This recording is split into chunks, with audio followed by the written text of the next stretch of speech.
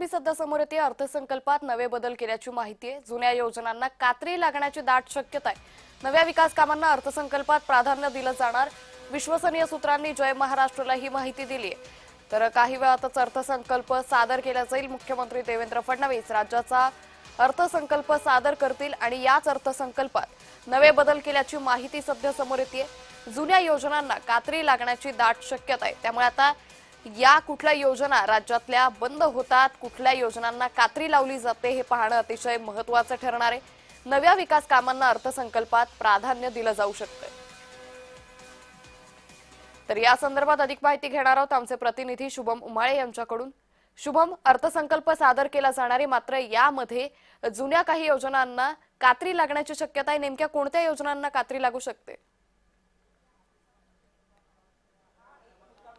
अंकिता, खरं तर विश्वसनीय सूत्रांकडून अशी माहिती मिळत आहे की अनेक ज्या जुन्या योजना आहेत त्यांना कात्री जी आहे या अर्थसंकल्पामध्ये लागू शकते आणि अशा पद्धतीचा निर्णय जो आहे अर्थमंत्री आणि अर्थराज्यमंत्री यांच्याकडून घेण्यात येऊ शकतो असं सूत्रांकडून सांगण्यात येते। आणि अशाच प्रमाणे समजा सर्वात मोठा आर्थिक बोजा हा लाडक्या बहीण योजनेचा आहे। याबद्दल काही वेगळे निकष आता लावून कुठेतरी लाडक्या बहिणींची संख्या ही कमी होते का, हा एक महत्त्वाचा मुद्दा असणार आहे। आणि त्याचमुळे कुठेतरी या आधी देखील महायुती सरकारमध्येच काही योजना करण्यात आल्या होत्या, त्यांना ही कात्री लागू शकते आणि त्या पद्धतीची भीती जी आहे ती देखील बड्या नेत्यांकडूनही व्यक्त होताना दिसून येत आहे। इतकंच नाही तर मग जुन्या योजनांना कात्री जरी लागत असली तरी काही अशा नवीन योजना येऊ शकतात ज्यामध्ये राज्याचं आर्थिक बजेट जे आहे आणि आर्थिक करण जे आहे ते कुठेतरी मजबूत होण्यासाठी देखील फायदेशीर ठरू शकतं।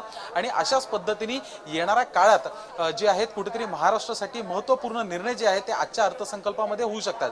अशामध्येच पाहायला गेलं तर अवघे काही मिनिटं राहिलेले आहेत, 1 तास राहिलेला आहे। 1 तासात अर्थसंकल्प मुख्यमंत्री देवेंद्र फडणवीस यांच्याकडून सादर करण्यात येईल। पण प्रामुख्याने मिळालेल्या सूत्रांच्या माहितीनुसार अनेक योजनांना जी आहे ती थेट कात्री लागू शकते आणि त्यामुळे कुठेतरी पुन्हा एकदा महायुतीमध्ये धुसफूस होऊ शकते का हे पाहणं महत्त्वाचं असणार आहे।